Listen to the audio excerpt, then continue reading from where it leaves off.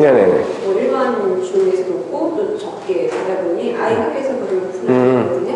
그래서 사실 거의 처음부터 저는 이제 순서적으로 지금 고1 10월부터 고3까지 갔을 때 순차적으로 뭘부터 시간을 낭비하지 않고 집중과 선택을 해서 집중과 선택이라는 건 딱 간단합니다. 그러니까 생각하는 게죠.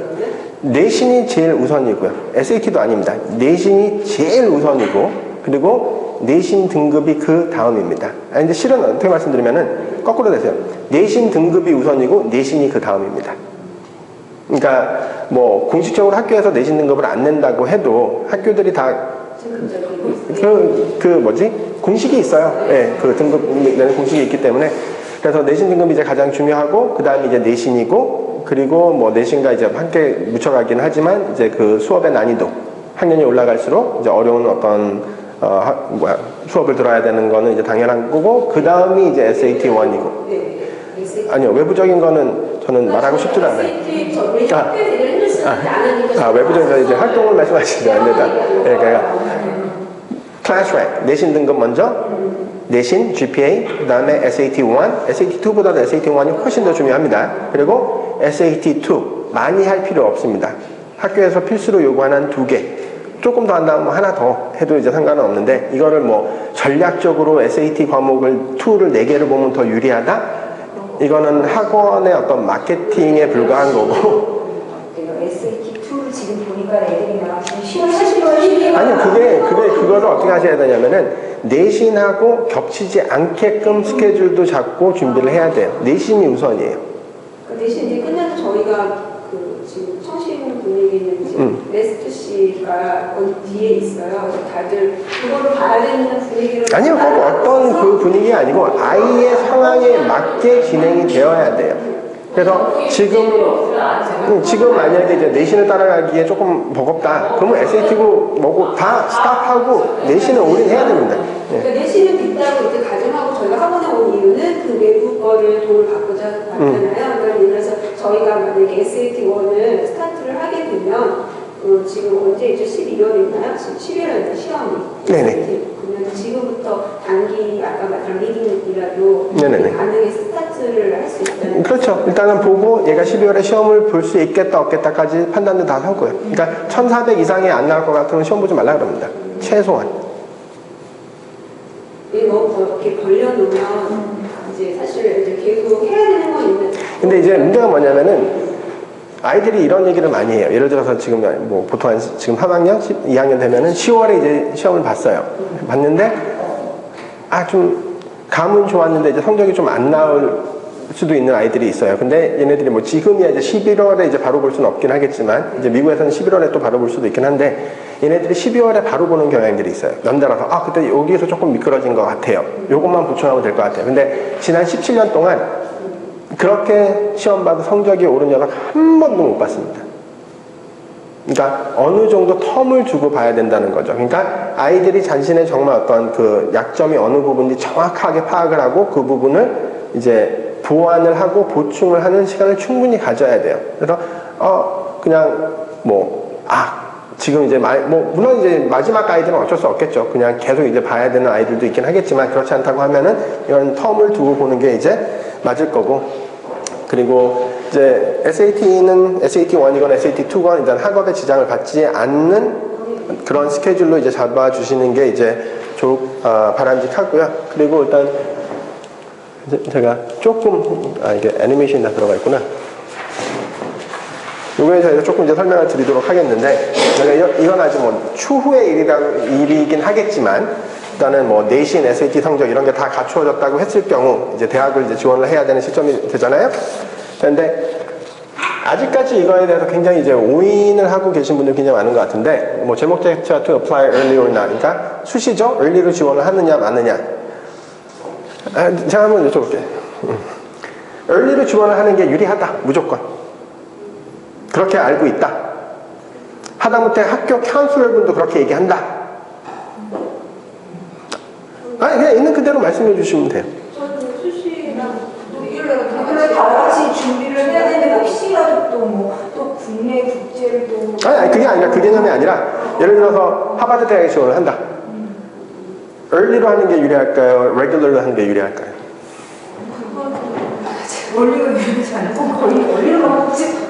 근데 이게 어떻게 보면 참 안타까운 사실 중에 이제 하나인데 지금 학교 카운슬러 분들도 이거 모르고 계세요. 이게 참 좀 안타까운데 어떻게 보면 제가 제 입장에서는 직무유기라고 얘기를 하는데 이거를 인지하고 계신 분은 단 딱 한 분 계세요. 제가 아는 바로는 모모 학교의 카운슬러 분이 한 분이 계세요. 아니 누구라고 제가 말씀드릴 수는 없고 누구라고 말씀드릴 수는 없고 그냥 할아버지 정도다라고만 말씀드릴 수 있어요. 거의 그 정도 되신 분이 있는데 그분도 이제 인지를 하시는 부분인데 실은 굉장히 오해들을 많이 하고 있어요. 그러니까 첫째로 그 오인 요소 중에 하나가 뭐냐면은 합격률이 높다. 그냥 학교들이 공표를 하잖아요. 레귤러 합격률, 뭐 early 합격률 이제 높은데 맞아요. 2배로 높아요. 대부분 학교들이. 특히 IB 학교들, 8개 IB 학교들 플러스 뭐 탑 15 학교들 보면은 배로 높아요. 그래서 생각하는 게 early로 하면 이게 유리한가 보다. 합격률이 높으니까. 그리고 하다못해 그놈의 그 대학 관계자라고 해야 되나요? 가끔 이제 학교 방문해서 우리 학교 와서 지원하세요. 우리 학교 어떤 학교인데 실은 인양반들도 한몫 거들어요. 그리고 항상 하는 얘기가 뭐냐면은 너 우리 학교 정말 오고 싶니? 아 그럼 early로 한번 지원해봐. 이런 식으로 이제 얘기를 하는데 근데 아이들이 그럼 이제 early로 하면 이게 가능성이 있다는 건가? 이게 더 유리하다는 건가? 근데 그 뉘앙스가 아니에요. 실은 걔네들이 말하는 그 early로 지원을 해봐 라는 뉘앙스는 게 뭔가 하니 일단 이건 조금 이따 설명드리고 뭐 모든 대학이 그렇진 않지만 규모가 크면 큰 대학일수록 제가 한번 여쭤볼게요. 그러니까 미국 대학들도 우리나라 대학하고 그 절차 과정은 거의 비슷해요. 서류 심사 먼저 통과를 해야 돼요. 그게 이제 그 요소들이 아까 말씀드렸던 내신 등급, 내신 SAT1, SAT2 요거별로 이제 점수를 줘가지고 원서로 분류를 하죠. 이제 거기서 떨어지면은 뭐 액티비티가 아무리 화려하고 에세이가 아무리 좋아도 안 본다는 거죠. 밥 쓰레기통이에요. 그래서 그걸 이제 통과하고 나면은 이제 원서를 펼쳐놓고 근데 원서 내용의 실은 99%가 에세이예요. 딴 거 없어요. 그러니까 액티비티도 뭐 물론 써야 되긴 하겠지만 그 액티비티가 어떤 역할을 하냐면은 이 에세이 내용을 뒷받침해주는 그런 역할을 해주는 거기 때문에 에세이가 99%라고 보시면 되는데 제가 무슨 얘기를 하려다 일로 왔지? 네, early와 regular. 지랄다.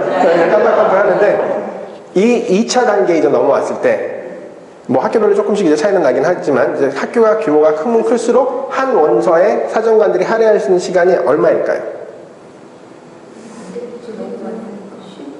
그냥 한국은 한 30분이라고 들었어요. 아니 그것도 틀렸습니다. 한국 30분 아닙니다. 길어야 15분 20분입니다. 아니 수시가 15분 20분이에요. 네. 수시가 15분 20분이고 미국 대학은 7분입니다. 큰 대학은 7분. 그래서 조금 더 이제 할애한다고 하면 한 15분 정도. 네. 레귤러 때는 시간이 그렇게밖에 할애하게 안 돼요. 그래서 얘네들이 early로 지원을 해보라고 하는 얘기는 뭐냐면은 early 때는 아무래도 풀이 작다 보니까 우리가 좀 더 세심하게 꼼꼼하게 한번 봐줄게 이런 뉘앙스예요. 근데 그거를 이제 잘못 이해를 하는 거죠. 그런데 그거보다 이제 더한 사실을 제가 이제 알려드릴 텐데 좀 기분이 나쁘실 수도 있을 거예요. 그런데 합격률이 2배로 높을 수밖에 없어요. 다른 애들 오니까. 이것도 굉장히 크게 잡은 수치예요. 지금 하버드, 예일, 프린스턴은 상위 3%예요. 내신 등급. 걔네들이 평균이에요. 평균 하버드, 예일, 프린스턴의 재학생들의 내신 등급은 상위 3% 애들입니다. 근데 이것도 좀 크게 잡아서 한 뭐 탑 30 정도 학교까지 좀 크게 잡아서 그냥 상위 10%로 합시다. 그런데 상위 10% 그러니까 아이들이 자기가 어느 정도 지원할 수 있다는 걸 다 인지를 하고 있어요. 그러니까 뭐 중하위권 한 아이가 하버드 한번 해봐야지 이런 녀석은 없을 거란 말이죠. 그리고 아무리 이제 뭐 표준 표차를 이제 감안한다고 할지라도 내가 10%에는 못 들어. 그래도 뭐 한 15%까지는 해봐도 되지 않을까? 그래서 이제 뭐 좀 정신 나간 녀석들도 이제 다 포함을 해가지고 한다고 해도 전체 그 학력 인구에서 15%만이 지원을 하는 시기라고 보시면 돼요. 그 작은 풀에서 뽑기 때문에 이게 높을 수밖에 없는 거예요. 근데 이게 제일 실은 역같은 사실이죠. 솔직히 말씀드리면 레거시하고 기부금이라는 건데 이거는 소위 말하는 특례생들이에요. 특기생이 아닙니다. 특례. 예, 그러니까 레거시라는 건 뭔지 아시죠? 아빠나 엄마가 대학원이 아닌 학부. 근데 그게 중요한 게 아니에요. 주기적으로 기부를 하느냐 안 하느냐 그것까지 이제 포함이 되는 건데 이게 좀 이 말씀드리기가 조금 그렇긴 하긴 한데 근데 얘네들은 명분이 있어요. 하버드 같은 경우는. 그래서 하버드는 재학생군을 보면은 40%가 물론 이건 미국 아이들 통계이긴 하지만 재학생의 40%가 어떤 아이들인지 아세요? 소득계층 상위 6% 애들이에요. 6%면 어떤 아이들이죠? 거의 뭐 이건희급 되는 아이들이라는 거죠. 40%가. 근데 얘네들은 이제 명분이 된다는 게 뭐냐면은 그 연간 소득이 6만 5천 불이 안 되면은 등록금을 공짜로 해줘요. 그런 어떤 시스템을 갖추고 있기 때문에 이런 명분이 이제 서긴 서는 건데, 근데 얘네들이 다 언제 지원을 하죠? 얼리 때 지원을 해요. 오바마의 딸들이 아닌 이상 모든 대학의 특례생이 될 수가 없습니다. 한 학교에 기부를 하기 때문에. 그럼 얘네들은 다 얼리 때 지원을 하는 거죠. 아이들의 로망이 뭐예요? 얼리 때 지원해서 합격받고 두 학기 띠까띠까 오는 거. 네. 물론 저도 그래서 시카고로 이제 얼리 데스션을 했던 거고 이제 그런 건데, 그렇다 보니까 얘네들의 비율도 여기에 포함이 됩니다, 실은. 그러니까 이거를 오인을 하시면 안 돼요. 그래서 이거는 정말 신중하게 접근해야 되는 어떤 그런 문제인데, 이게 언제부터인가 어떻게 왜 이렇게 됐는지 모르겠지만 드림스쿨은 무조건 얼리로 한다. 카운슬러분들 그래 해봐. 근데 실질적으로 훨씬 더 불리해요. 네, 그래서 이런 것들을 좀 인지하셔야 될 거고, 그리고 기부금하고 이러한 어떤 그 특례 입학이 상관관계를 이룬다고 보시면 돼요. 기부금이 많으면 많은 학교일수록 이런 어떤 특례생들이 많다라고 보시면 돼요. 그래서 기부금 제일 많은 데가 어딜까요? 하버드죠. 그러면 1년에 들어오는 기부금 얼마? 뭐 한 100억? 1000억? 조단입니다. 네. 그런 학교일수록 이런 아이들이 이제 많다는 거고, 다만 몇 학교는 안 되긴 하지만 early 합격률하고 regular 합격률이 거의 유사한 학교들이 있어요. 그 학교들은 이런 특례생들이 거의 없다라는 겁니다. 그래서 그런 거를 좀 잘 따져보시고, 이거는 저도 최근에 알았어요. 이걸 모르고 있다는 사실을. 그래서 아이들은 왜 자꾸 이거 early로 자꾸 지원을 하려고 하지? 아무리 뜯어 말려도 early로 한다 주고. 한국이랑 미국이랑 대학교 구조가 다르잖아요. 저희는 기부금 입학이라는 제도를 의미는 안 아니 근데 이게 국제 학생들에도 적용이 돼요. 네, 저는 그 콜롬비아 대학에 매해는 아니지만 주기적으로 50억씩 기부하는 집도 알고 있어요.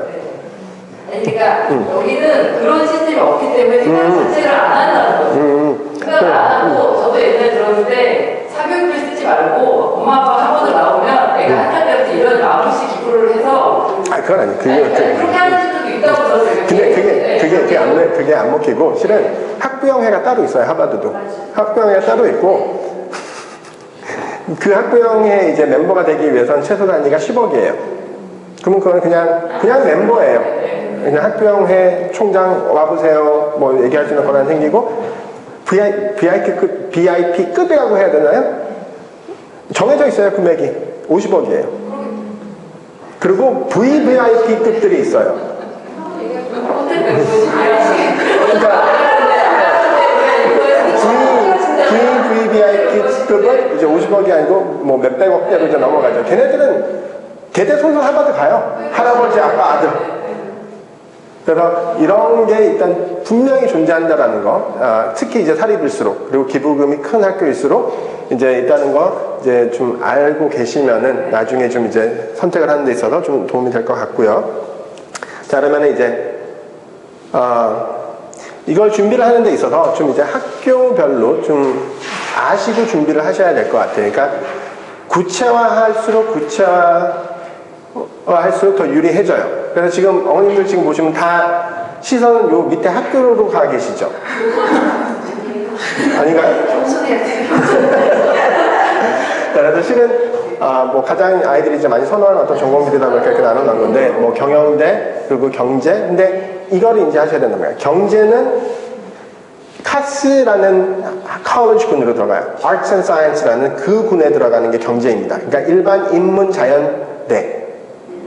공대도 공대라는 대학이 따로 있어요. 그래서 여기는 이제 다크라고 써놓은 이유는 뭐냐면은 대학원 과정까지 있는 대학들이고, 물론 대학원 과정이 없는 훌륭한 공대들도 있습니다. 하버드라든가 쿠퍼 유니언 아카데미라든가 이런 학교들이 있는데, 근데 제가 이제 말씀드리고자 하는 건 뭐냐면은 경영대를 가기 위해서는 경영대 이 비즈니스 스쿨 또는 college 비즈니스 스쿨이라고 하죠. 비즈니스 스쿨이 원하는 인재상이 따로 있어요. 경제 하면 얼핏 보면 경영하고 맞닿아 있는 것 같은데 전혀 아닙니다. 경제는 그냥 인문대에 들어있어요. Arts and Science, 자연과학, 뭐 수학도 있고 과학도 있고 생물도 있고 문화생지 다 있고 뭐 영어 있고 뭐 언어 있고 그 컬리지 내에 들어있는 거고 공대는 또 공학대학이라고 따로 있어요.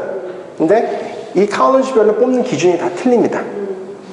그래서 똑같이 준비를 하면 안 된다라는 거죠. 그래서 뭐 비즈니스는 뭐 아실 거고 공대도 아실 거고 얘는 아무리 경제라고 해도 얘는 경제 이런 거보다 실은 뭐 AP 뭐 믹맥 해서 5점씩 받고 다 했다. 실은 별로 크게 중요하게 생각하지 않아요. 그냥 뭐 AP 수준 해봐야 교양 과목 수준인데 그러니까 이거는 뭐냐면은 이 Arts and Science라는 건 두루두루 잘하는 아이를 선호를 합니다. 자연과학 쪽. 다 아니 언어 예술 다 두루두루 그러니까 이게 왜 그러냐면은 원래 이 미국 대학 시스템은 뭐였냐면은 가서 2년 후에 전공을 선택을 하는 시스템이에요. 원래는 원칙적으로는. 근데 요즘 하도 치우치다 보니까 실은 저희 때만 해도 Y major이라는 에세이도 없었어요. 그러니까 undecided 해도 충분히 이제 가능한데 이제 너무 다 한쪽으로 이제 몰리다 보니까 이제 미국 대학들도 미리 좀 교통 정리를 좀 하자 이래. 그래서 컬리지별로 이제 막 찢는 학교들도 굉장히 많아요. 그래서 이제 아이비 학교 중에 컬리지가 제일 많은 학교가 어느 학교죠? 코넬 대학이죠. 7개 컬리지로 나눠지는.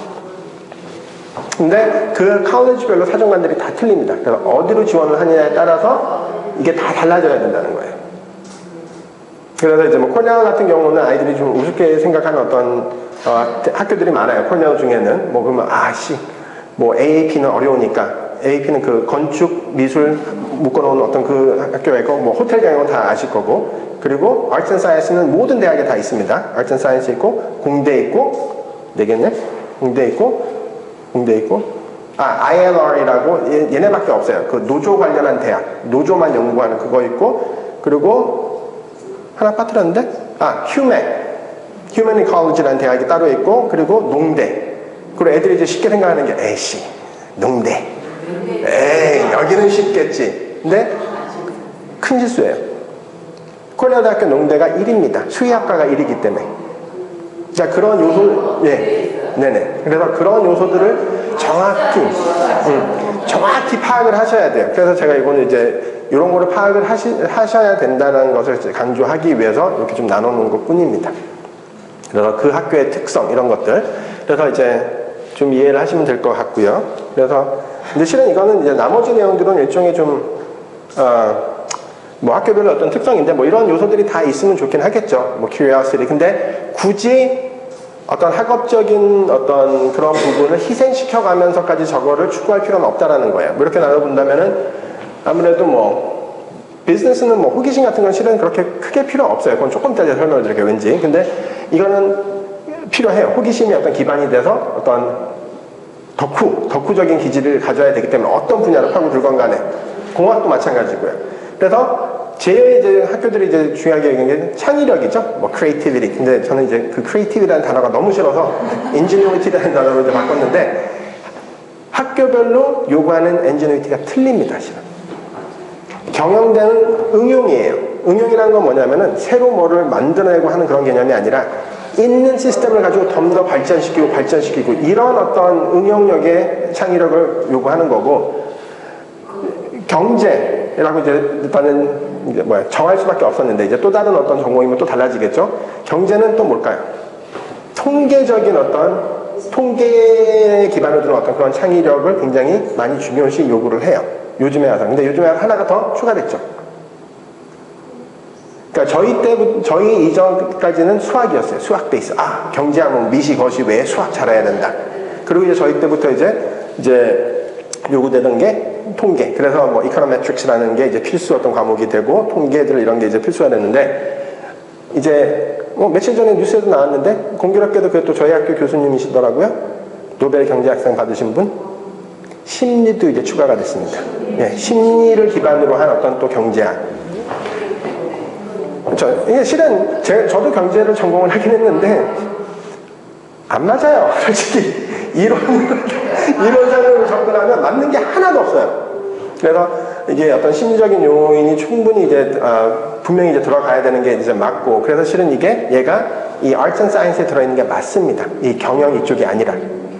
네. 죄송한데 빅데이터라고 해요. 그건 통계 쪽으로 들어갑니다. 네. 컴퓨터공학. 네. 콘사랑 그 얘기. 그렇죠. 그래서 너 콘사를 굉장히 위해서. 그것도 조금 자세히 설명해 드릴게요. 다음 페이지에서. 빨리 앞서. 빨리 설명해 드릴게요. 그리고 여기가 이제 저희가 말하는 그거죠. 그냥 발상. 무에서 유를 만들어낸 어떤 그런 개념이고, 그리고 이 어떤 관심사를 구체화하면 할수록 좋아요. 일단은 자기 그 뭐랄까 테마 이런 걸 잡아가기도 쉽고, 실은 구체화되면 구체화할수록 경쟁자가 줄어들어요.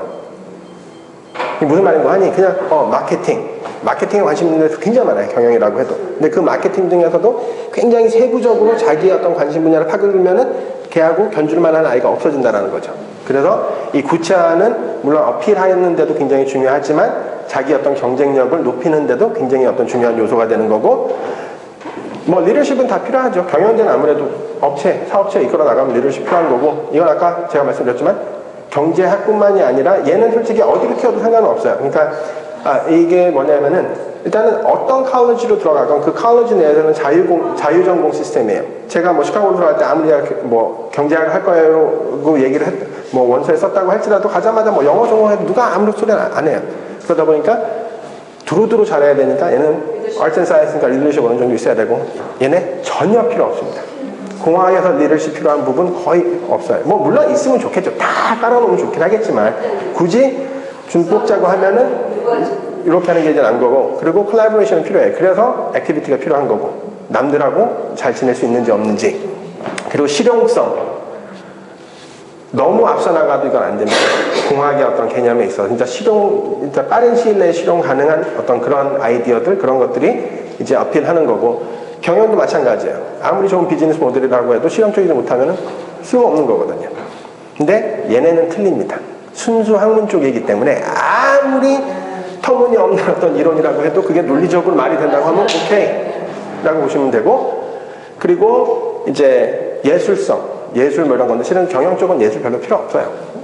그리고 근데 이제 이쪽 Arts and Science는 두루두루 잘해야 되기 때문에 음악이건 미술이건 하나 있으면 좋은데, 공학은 음악을 제외한 미술은 굉장히 유리합니다. 뭐하고 연계되죠? 창의력, 발상, 이거하고 직결되는 게 미술이기 때문에, 뭐 음악도 어느 정도 할 수는 있는데 음악은 보여주기가 힘들어요. 요즘 막 CD 같은 거 보내는 거 별로 안 좋아하고 이러다 보니까 그나마 이제 재작년부터 조금 이제 그 서플리멘트에서 좀 올리고 할 수 있게끔 이제 많이 해줬는데, 그래서 이런 것들이 있고, 그리고 뭐 액티비티, 그리고 이제 뭐 세분화된 어떤 그런 내용이 아까 제가 말씀드린 컴퓨터 사이언스 여기 나오는데, 예전은 이제 여기까지였죠. 여기까지였는데 이것도 통계예요. Econometrics 통계고 Computer Science Statistics. 제가 할 때도 이게 있었어요. elective로. 그러니까 필수는 아니지만 선택 과목 중에 이제 선택을 할 수 있게끔 이제 했는데, 그리고 이제 심리도 내가 아직 쓰지는 않았지만 심리도 이제 지금은 아니지만 한 4, 5년 후에는 어느 정도 또 이제 강조되고 부각되기 시작할 거예요. 근데 이거는 조심하셔야 돼요. Computer Science 이거 과학일까요? 수학일까요? 수학이죠. 그래서 아예 이거 자질을 잘 파악을 하셔야 되는데 아닙니다. 언어입니다. 언어학적인 자질이 뛰어난 아이들이 이것도 잘해요. 근데 기상수학 쪽으로 보면 실행기 그러니까 수학도 이제 하긴 해야 되는데 기본적으로 이 언어 실력이 좋은 아이들이 이것도 잘해요. 그렇죠. 그래서 이건 제가 이제 말씀드린 건 뭐냐면 제가 겪어봤기 때문에 말씀을 드릴 수 있는 거예요. 저 2번에서 패스했습니다. 진짜 처음에 이거 뭐씩 프로그램 뭐 하면 되지 뭐 해서 딱 이제 midterm까지 가고 잘 갔어요. 이제 가고 이제 그 다음 단계 시험을 봐야 되는데 뭐 midterm까지는 뭐 90점이 나왔는데 midterm 딱 보고 나니까 70점 또 떨어지는 거예요. 그러니까 내가 생각했던 그 프로그램이 안 나오는 거예요. 그래서 중단을 하고 그 다음에 다시 한번 들어서 겨우겨우 통과를 했는데, 그래서 이거는 좀 조심을 하셔야 됩니다. 어떤 수학적인 기반도 있긴 하지만 기본 베이스는 언어라는 거죠. 네. 뭐 이거는 이제 뭐 엔지니어링 분야들이고요. 그리고 제가 이제 오늘 강조하고자 하는 거는 뭐냐면은 뭐 물론 이게 5가지를 보통 이제 통해서 이제 어떤 자신의 그 액티비티를 만들어 나갈 수 있겠죠. 이제 뭐 자율 활동, 뭐 리서치가 될 수가 있겠고, 뭐 인디펜던트 스터디가 될 수도 있고, 이 애카데믹 소사이티 이런 것도 활용하는 것도 굉장히 좋아요. 미국 내에서는 그 학계의 어떤 뭐라고 하지? 학술회 이런 게 존재하기 때문에 거기서 이제 활동을 한다거나, 근데 이건 어디까지나 자율이고, 그리고 이제 뭐 서머 프로그램 할 수 있겠죠. 뭐 수학으로 유명한 건 수맥, 로스 뭐 이런 건 다들 아실 거고, 뭐 공학 쪽으로는 RSI 하고 Promise. 그리고 근데 요게 조금 아리까리하시고요. 만약에 이제 구체화를 시켰다, 우리 아이의 어떤 그 관심 분야를. 근데 구체화하면 이게 전반적이지 않은 거다 보니까 서머 프로그램을 찾기가 어렵죠. 근데 찾는 방법이 있어요. 그 프로그램에 대해서 인지도가 높은 학교의 서머스쿨 프로그램 보세요. 꼭 있습니다. 네. 그러니까 그러니까 각 대학의 학부별 인지도 참고. 즉 호텔 뭐 제가 조금 이제 뭐 호텔 경영에 대해서 예를 들 텐데, 호텔 경영이다 하면은 다른 학교들 서머 프로그램 보면 호텔하고 관련된 거 전혀 없어요. 근데 호텔로 유명한 데가 어디죠? 코리아 들어가 보세요. 있습니다. 코리아만큼은. 그래서 하시면 되고, 대회도 실은 저는 이거 솔직히 공포 마케팅의 일종이라고 보는데, 요즘 그게 트렌드인 것 같아요. 학원들에서 무슨 데카 나가고 상 받고 뭐, 아니 받으면 좋죠. 받으면 좋은데, 예, 저는 솔직히 이게 굳이 필요한가? 그러면 아니 필요 없어요. 그러니까 실질적 지금까지 어떤 경험을 봐서도 그렇고, 뭐 물론 나가서 이제 상도 있고 하면 좋아 보이긴 하는데, 이게 분들이 그걸 사례를 자꾸 얘기를 하셔요. 근데 제가 봤을 때는 그게 아니라는 거죠. 알고 그게 있는데 그런 거잖아요. 알고는 있는데 다 합격한 분이 그걸 얘기하니까 안 하면 마치 손해 볼 것 같은 불안한 심정이. 그게 아니고 이렇게 생각하세요. 이게 간단한 문제가 되는, 간단한데 뭐냐면은, 우리 아이들이 모든 국제 학생들하고 경쟁을 하는 아이들이 아니에요. 청심 내에 있는 아이들끼리의 경쟁이라고만 생각하시면 돼요. 다른 애들하고 뭐 AP 저 학교는 몇 개네 이걸 할 필요는 없어요. 그러니까 청심에서 이런 학교를 가기 위해서 최소한 어느 정도로 했느냐, 그것만 맞춰주시면 되는 거예요. 근데 솔직히 이게 뭐 굉장히 뭐 좋아 보이지만, 실질적으로 저는 솔직히 물론 내신도 되고 다 되고 시간이 남아 돌면은 할 짓이 없다. 가! 제발 좀 가. 근데 뭐 내신 조금 부족한데 이거 한다? 저는 절대 반대예요. 그래서 사실은 한 2년 반 동안 고생은 아니고, 이 친구하고는 이제 컨설팅을 했다기보다는 뜯어 말리는 컨설팅을 했는데, 근데 어느 쪽에 이제 초점을 맞추느냐가 중요해요. 그러니까 말해도 되겠구나. 이 친구는 뭐 민사 다니던 친구였는데, 그러니까 얘가 한 1학년 때 이제 시작을 해서 한 7, 8등 정도로 하는 아이였어요. 그렇죠. 그러니까 등급을 했을 때. 근데 이제 먼저 파악을 하는 게 이거죠. 7, 8등 이게 하는 게 내 최상이냐. 그 너 위에 있는 이 7, 8명 절대로 뛰어넘지 못하겠느냐. 조금만 더 하면은 3, 4등까지는 올라갈 수 있겠대요. 오케이. 그러면 다 스탑. 생각도 하지 말고 내신만 하고 학교에서 하는 한동안 하자. 근데 그게 2년 반 동안 거의 일주일에 한 번씩 전화가 와요. 쌤, 얘네 이거 한대요. 신경 끄세요. 이것만 하세요. 내신만. 일주일에 또 와요. 쌤, 얘네는 이거 한대요. 제발 끄세요. 이것만 하세요. 그래서 그걸 한 2년 이제 반을 했는데, 결국에는 그 친구는 그래요. 교회 활동 하나도 없어요. 솔직히. 딱 하나. 그 지역에서 수학 저소득층 그거 하나, 진짜 학교 밖에서 하는 그거 하나인데 MIT 잘 갔어요. 수월하게. 어쨌든 우리나라 지금 김비서가 들어가는 게 아니라 에세이 녹여쓰면 되는 거 아니에요? 그렇죠. 그래서 그 액티비티도 10개, 그러니까 10개를 못 채우는 아이들이 없어요. 자기네 나름은 10개 못 채워야 하는데 이게 몰라서 그런 거지, 뽑아내면 10개가 나와요. 근데 그 10개 액티비티가 다 중요한 게 아니에요. 그 중에서 2, 3개가 핵심이 돼야 된다는 거죠. 너무 많아서 정신하나도. 그리고 레sume 막 작성해서 거의 안 봐요. 네. 가급적이면은 자기네가 요구하는 어떤 그 내용 한에서만 판단을 하고 이제 뽑으려고 이제 하는 거고, 올해까지는 조금 그걸 좀 많이 허용을 해주는 것 같아요. 그러니까 3년 전에 비해서는 추가로 보내는 거 거의 못하게 했었어요. 한 3년 전까지만 해도. 근데 재작년부터 조금씩 풀어주고 뭐 레저메 정도 올릴 수 있게끔 이제 해주고 뭐 아트 서플리멘트 해주고 하는데 실질적으로 제가 봤을 때는 거의 보지를 않아요. 얘네들이 그냥 어떤 형식적으로 그러니까 너무 차단하는 거 아니냐. 그래 한번 보내봐. 너 미술 잘한다고 근데 공학을 한다고 크게 생각하지 않아요. 그리고 뭐 봉사활동도 뭐 물론 관심사하고 관련을 지으면 좋긴 하겠지만 필수는 아니에요. 그리고 뭐 잘 찾아보시면은 많아요. 뭐 호비도 다들 아시지만 뭐 휴 오브라이언 하면 저 무슨 리더십 뭐 프로그램인데 아니에요. 요즘은 걔네들도 하도 특화가 돼가지고 그 안에 들어가도 봉사 프로그램이 따로 있어요. 그래서 실질적으로 뭐 한국 학교로 가는 아이들은 봉사 시간도 주고. 근데 이거는 뭐 사회과학 분야로 뭐 관심을 이제 초점을 맞추지 않는 이상 할 필요 없고, 요거는 실은 인성만 좀 보여주면 돼요. 남을 어느 정도 배려할 수 있는 사람이다 정도까지만 보여주면 되고, 그리고 나머지는 학교 자기 하고 싶은 거 열심히 하면 됩니다. 그래서 이거를 이제 결국에는 이런 것들을 이제 다 했다고 하면은 제일 중요한 건 이거를 어떻게 녹여서 쓰는 것도 중요하지만 일단은 이거 그 분야에 맞는 걸 이건 아까 제가 말씀드렸죠. 호텔 경영을 이제 초점을 맞췄을 때 예를 들어 뭐 데카를 나간다면 데카 내에도 호텔 경영과 관련된 것들이 있어요. 이런 것들을 찾아서 좀 맞춰주는 게 좋고, 봉사활동은 아니더라고 할지라도 이거는 자기 관심 분야이기 때문에. 그리고 뭐 서머 프로그램을 제가 아까 말씀드렸지만 호텔로 맞췄다고 하면은 호텔이란다. 코넬 서머 프로그램 들어가면은 있습니다. 그래서 특화 이제 어떤 구체화됐다고 하면은 그 학부로 좀 유명한 학교의 서머 프로그램을 활용하는 게 바람직한 거고요. 근데 뭐 좀 그렇다고 하면은 이것도 아니고 좀 너무 이쪽은 좀 그렇다고 하면 좀 전반적으로 가는 게 좋아요. 그러니까 마케팅, 뭐 호텔이 어떻게 보면 이제 마케팅이다 보니까 자, 뭐 이런 것들을 이제 했다고 치고.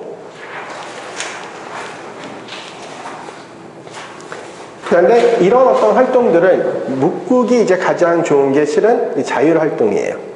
그러니까 어떤 이런 공식 활동들은 이제 다 하고 학교 활동들도 하고, 그래서 가장 좋은 거는 이제 research. 그러니까 자율적으로 이렇게 연구를 할 수 있는 어떤 환경은 충분해요. 이게 굳이 무슨 어떤 뭐 연구소에 가서 연구를 할 필요도 없는 거고, 자기 어떤 관심 분야를 자기가 스스로 뭐 클럽을 만들어서 이걸 하면 더 좋고, 클럽 만들기 쉽잖아요. 근데 클럽이라고 해서 뭐 시간 뺏겨가면 하는 그런 클럽이 아니라 아시잖아요. 일주일에 한 번, 뭐 1시간 만나나?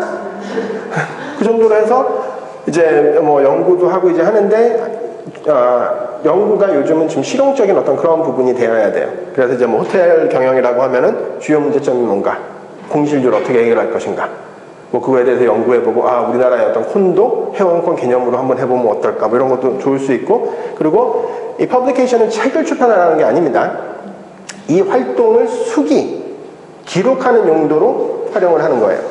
그러니까 네이버는 안 되고 미국 애들이 많이 되기 때문에 페이스북이나 월드프레스라는 블로그가 있어요. 거기도 이제 동영상 다 지원되고 이제 하는데, 이건 이제 왜 좋냐면은 일단 보여줄 것도 있고, 내가 3년 동안 뭘 했다는 게 기록상으로 남아있고, 그리고 이거를 아이들이 내가 일주일에 한 번이라도 이거에 뭔가를 기고를 한다라는 어떤 그 responsibility를 가지면은 꾸준히 해요. 근데 이런 게 없으면은 저것 자체도 희지부지해지는 경우가 굉장히 많아요. 이거 해야지?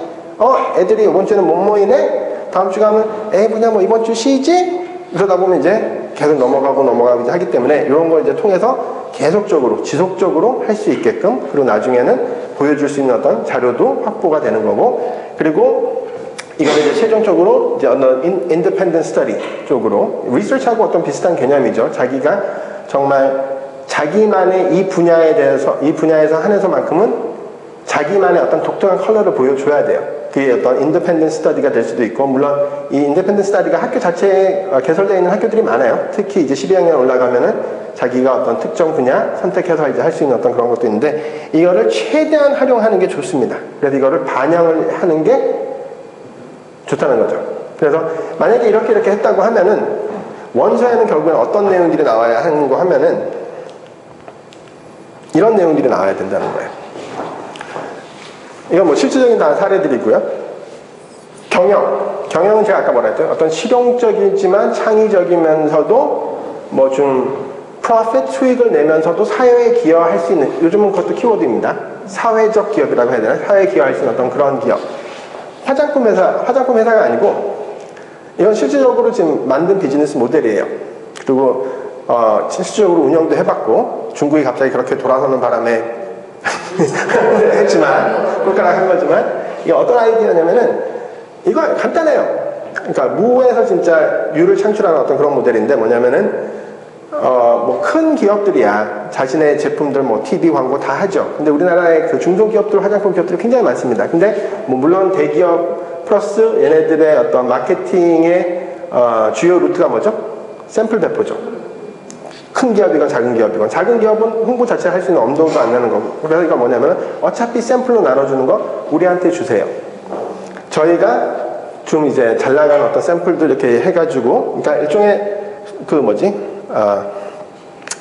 이게 공동 구매라는 게 생겨나고 그 다음으로 생겨난 개념이 이 소셜 커머스라는 개념이에요. 그러니까 우리가 대신 쇼핑을 해주는 어떤 그런 개념이기도 한데 그래서 이거 뭐 이제 이런 개념이죠. 그래서 어차피 그렇게 한 거 저희한테 주세요. 저희가 예쁘게 포장하고 물론 중간중간 요소들 많이 들어가요. 뭐 잠근석도 실은 포함이 되어 있었고 했던 모델이긴 한데 이걸 해가지고 예쁘게 포장해서 그때 당시에 이제 중국 이제 인기가 많았으니까 중국 사람들한테 대파는 거예요. 샘플을 그냥 장근석이 그 웨이보 통해가지고 홍보 좀 하고 해가지고 대파는 건데 이건 일석이조인 거예요. 무에서 유주 창출하지만 TV 광고를 할 수 없는 회사들한테는 어떤 거죠? 우리가 대신 광고해주겠다예요.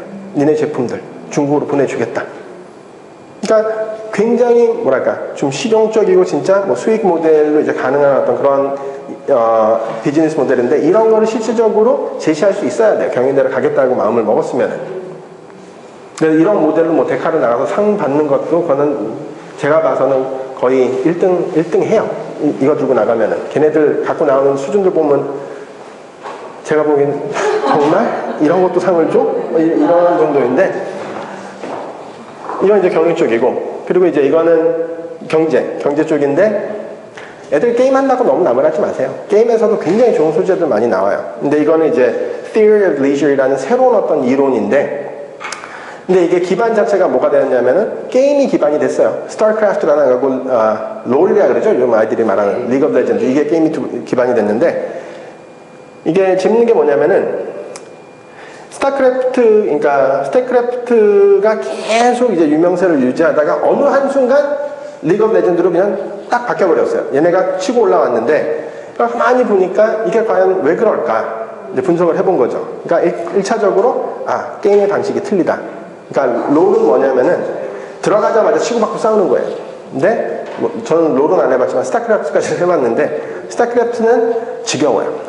광물 캐고 짓고 만들고 뭘 해가지고 그제서야 이제 싸우는 건데 가만히 보니까 게임 방식이 틀린데 산업 구조하고 조금 비슷하네. 그러니까 스타크래프트는 우리의 어떤 그 인더스트리얼 뭐라 그러냐 그 금융산업 이전에 산업을 어느 정도 좀 반영하지 않는 걸까? 처음부터 만들고 제조해서 팔고 하는 어떤 그런 단계? 그렇죠. 시스템 단계. 그리고 금융산업은 뭐죠? 이 시점에 이제 지금 4차 산업혁명으로 넘어가기 바로 이전이니까 금융산업은 뭐죠?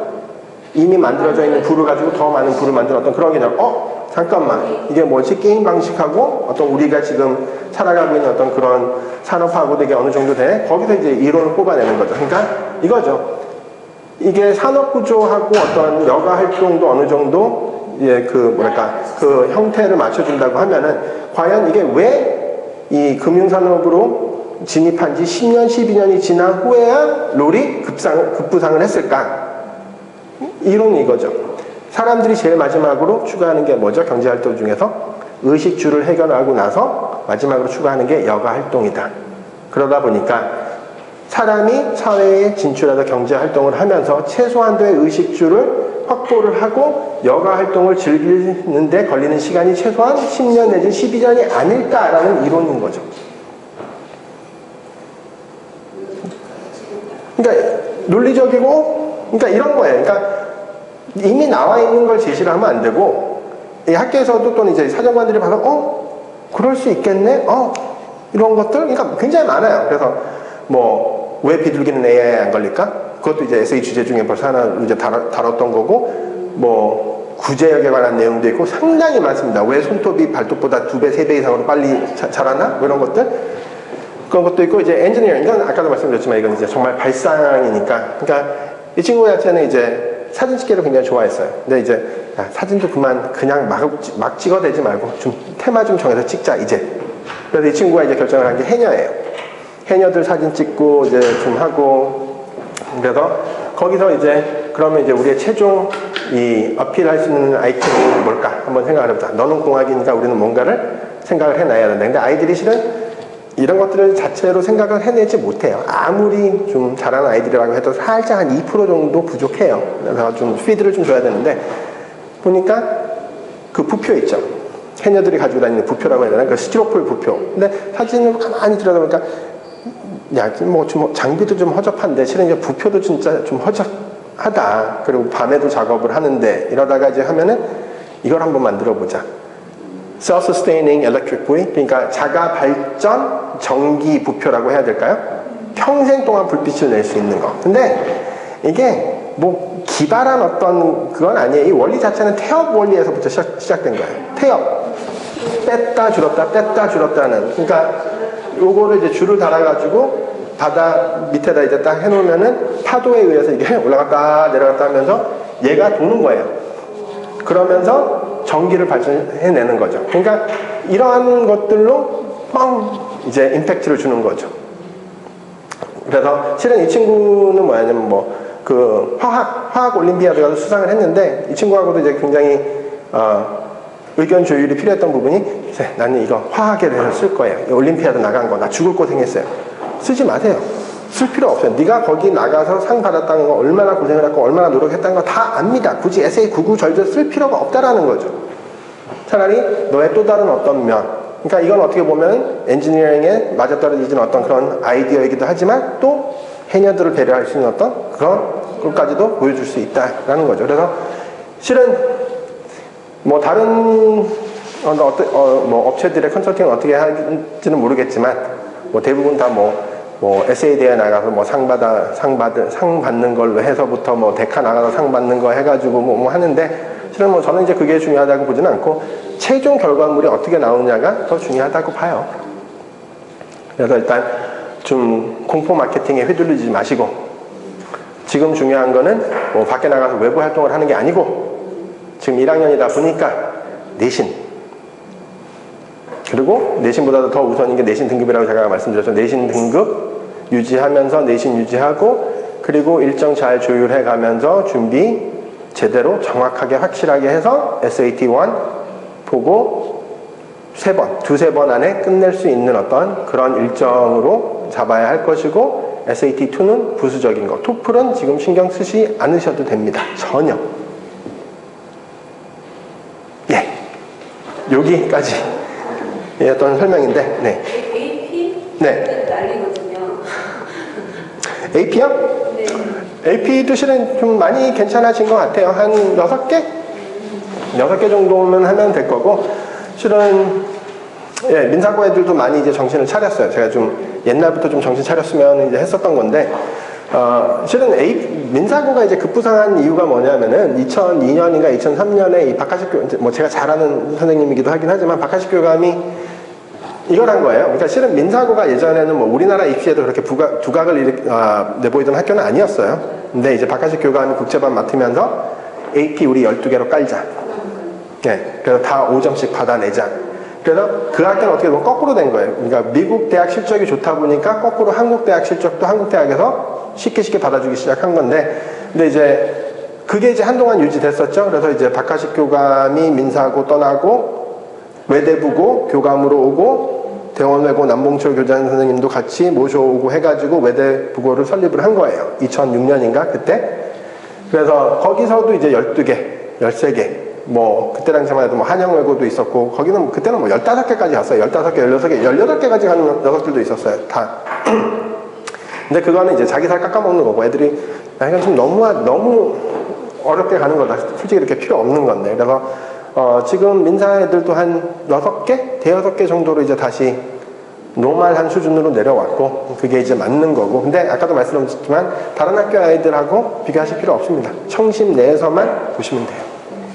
그 선배들 말로는 네. AP가 예를 들어서 보니까 뭔가를 굳이 좀 대학교 3학년 가면 나누긴 하지만 그냥 전부 잘 나오는 걸로 이과에도 뭐 심리 맞아요. 이렇게 하는 게 나아요. 예. 이게 얼핏 잘못하면 무슨 이제 방향성은 좀 맞아 떨어져야 돼요. 그러니까 과학 쪽이다, 이과 쪽에다가 하면 이제 과학 과목이 이제 가야 되고, 이제 문과 쪽에다 하면 이쪽 과목이 이제 가야 되는 게 이제 맞는데, 예를 들어서 내가 화공학을 전공할 거다, AP 화학을 들어야 된다? 전혀 아닙니다. 근데 많이 비즈니스 좀 알고 싶으면 어떤 AP 쪽으로 많이 들어요? 비즈니스는 아무래도 이제 사회, 심리, 경제 이쪽이겠죠. 어쩔 수 없이. 사회, 심리, 경제, 컴퓨터 사이언스, 통계. 어느 정도 이제 관련이 있기는 하니까 경영도 경제하고는 근데 물론 이제 대학 자체가 완전히 틀리기 때문에 그게 좀 애매모호하다라는 거예요. 특히 경영이냐 경제냐 놓고를 놓고 이제 판단할 때는 근데 경제라고 하면은 완전히 틀려져요. 근데 아까도 말씀드렸지만 경영 쪽은 이제 그쪽으로 몰아야 되긴 하겠지만 경제 쪽으로 이게 바뀐다라고 하면 두루두루 잘해야 돼요. 네. 그리고 네, 또 다른 질문? 저는 저희 아이가 진짜 생뚱맞은 거를 하고 싶어 해서 아니 괜찮습니다. 그것도 어떻게 살리느냐.